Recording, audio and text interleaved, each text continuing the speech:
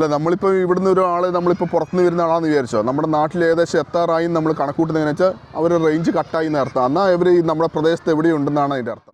വലിയ കാശ് കൊടുത്ത് ഫോണൊക്കെ വാങ്ങി, പക്ഷേ അത് പുറത്ത് ടൗണിലൊക്കെ കിട്ടും, നമ്മളിവിടെ കിട്ടില്ല. നമസ്കാരം, ശ്രീനി ആലക്കോടാണ്. ഞാനിപ്പോൾ ഇരിക്കുന്നത് കേരളത്തിൽ തന്നെയാണ്. കേരളത്തിലെ കണ്ണൂർ ജില്ലയിൽപ്പെട്ട എരമംകുറ്റൂർ പഞ്ചായത്തിൽ കാരിപ്പള്ളി എന്ന ഒരു ഗ്രാമത്തിൽ. ഏത് മൊബൈലിനും ഇവിടെ റേഞ്ച് ഇല്ല ഞങ്ങൾക്ക്. റോഡാണെങ്കിലും എന്ന് വെച്ച് കഴിഞ്ഞാൽ വെറും പോക്കാന്ന്. നമ്മൾ ഇപ്പോൾ 6-7 വർഷം കൊണ്ട് ഞാനിവിടെ പിള്ളേർ കൊണ്ടുവരുന്നുണ്ട് പെരുവാമിയിൽ നിന്ന്. എപ്പോഴും വണ്ടി ഡാമേജ് ആയിട്ട് കിടപ്പാണ്. എപ്പോഴും വർക്ക്ഷോപ്പ് പോകാൻ സമയം. സിസ്റ്റർ ഇരിപ്പുണ്ട്. സിസ്റ്റർ ഈ സ്കൂളിൻ്റെ ഒരു പ്രധാന അധ്യാപികയാണ്. ഒന്ന് ആലോചിച്ച് നോക്കി, ഒരു ദിവസം ഈ കയ്യിൽ ഫോൺ എടുത്തിട്ട് വാട്സപ്പും ഇൻസ്റ്റാഗ്രാമും ഫേസ്ബുക്കും നോക്കാൻ പറ്റിയില്ലെങ്കിൽ നമ്മുടെ അവസ്ഥ എന്തായിരിക്കും?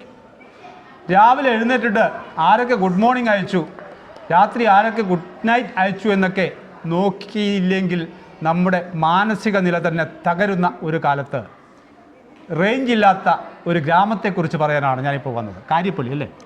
റോഡാണ് മൊത്തം പോയി കിടക്കുന്നു, റേഞ്ച് ഇല്ല.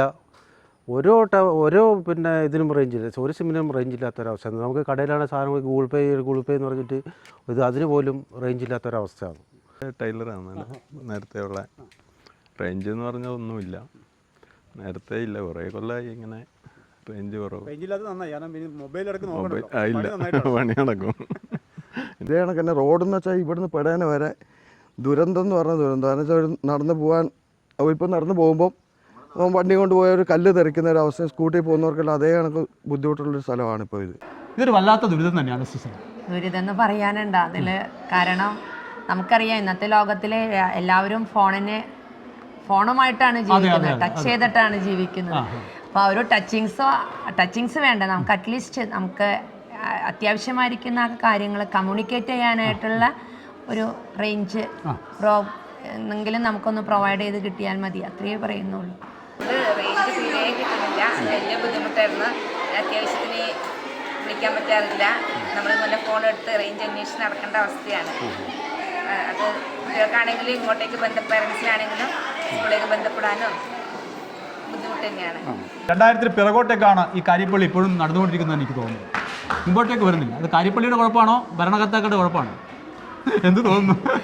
അത് കൺഫ്യൂഷനാണ്. നിങ്ങൾ പറയണ്ട, പറഞ്ഞു കഴിഞ്ഞാൽ അത് നിങ്ങൾക്കും അത് ബുദ്ധിമുട്ടാകുമെന്നുള്ളതുകൊണ്ടാണ് പലരും പറയാൻ മടിക്കുന്നത്. ഇത് ശരിയല്ല. നാട്ടുകാരുടെ നടുപൊടിഞ്ഞ് യാത്ര ചെയ്ത് വിദ്യാലയങ്ങളിലേക്കും ആശുപത്രിയിലേക്കും പോകേണ്ട ഗതികേടിലാണ് കാരിപ്പള്ളിക്കാരെന്ന് ഇതിനു മുമ്പും ഞാൻ വന്ന് ഇവിടെ വാർത്ത ചെയ്തിട്ടുണ്ട്. ഇത് അതിലും ഗുരുതരമായൊരു വിഷയമാണ്. അസുഖം വന്നാൽ ഇപ്പോൾ ഒരു ആശുപത്രിയിലേക്കൊക്കെ വിളിക്കണം, ഒരു ആംബുലൻസ് വിളിക്കണം, അല്ലെങ്കിൽ വണ്ടി വിളിക്കണം, എന്ത് ചെയ്യും സിസ്റ്ററെ ഈ നാട്ടുകാർ? വണ്ടി വിളിക്കണമെങ്കിലും ബുദ്ധിമുട്ട് തന്നെയാണ്.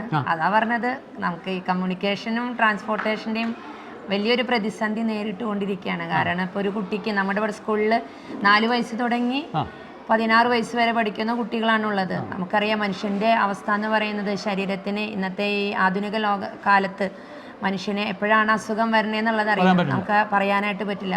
എത്ര ചെറിയ കുട്ടിയാണെങ്കിൽ പോലും അസുഖങ്ങൾ പെട്ടെന്ന് വരാം.